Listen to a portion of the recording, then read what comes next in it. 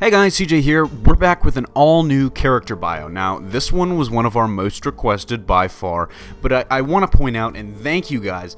This is one that you picked, and it's something that I'm really so excited about, that we've got that poll up. You guys can pick our character bio, so now instead of commenting and asking, well, I mean, we'll welcome your comments. You can still comment. But in addition to commenting and asking us for one, you can also go on the website at www.hybridnetworkyt and vote for the character bio you want. I love that we've got that dynamic now that we can do that, but this is one that you guys voted for. Of course, Agent Venom, that Josh did on Tuesday, was the most voted for one. However, Wonder Woman is the second most requested, and as I mentioned, she is pretty much the most requested, next to, I think, Aquaman as the one that I've seen most in the comments. And if you guys want an Aquaman bio, go vote for it. That could be in play for next week.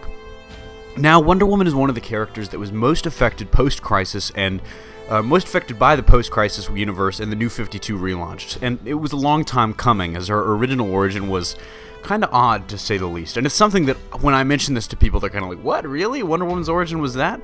You see, originally, and long story short here, she was actually made out of clay. She was a golem, and she was imbued with life and powers from 5 of the female gods of the Greek pantheon and 1 male. She had strength from Demeter, wisdom and courage from Athena, a quote-unquote hunter's heart and the ability to communicate with animals from Artemis, communion with fire from Hestia, and from Hermes, she had the power of speed and flight. So I think Hermes probably gave her the the best gifts there, but her New 52 origin, excuse me, though, is very different, so let's get started. Diana was born on the island of Themyscira, so at least that hasn't changed, to Queen Hippolyta. While Hippolyta desperately wanted a child, she was barren, and rumors swirled about how Diana was conceived.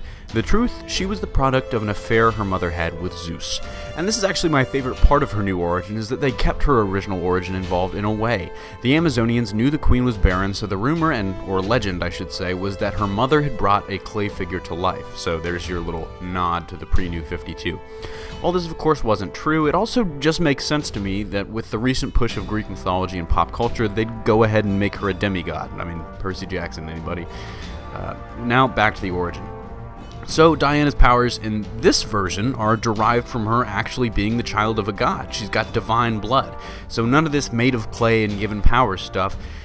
Wonder Woman's true parentage was kept a secret, even from her, as her mother hoped to avoid the jealous wrath of Hera, Zeus's wife. As we all know, Zeus is a notorious womanizer and really more than a little bit rapey. I mean, no means no, and turning yourself into a swan does not change anything. Diana was raised on Themyscira and trained as a true Amazon warrior, becoming an adept fighter. She never knew that Zeus was her father. I mentioned that Hippolyta chose to keep it secret from her, but she never knew, and so when she discovered the truth, she became enraged. She vowed to leave the Amazons for the danger her mother put them in. However, upon her return, she came back pretty quickly. Diana found that Hera had come for revenge, and Hippolyta had turned to stone with all of the Amazons vanished. Vowing to find a cure, she set off after Hera. Diana soon discovered that Zeus had also disappeared, sending Olympus into a chaos.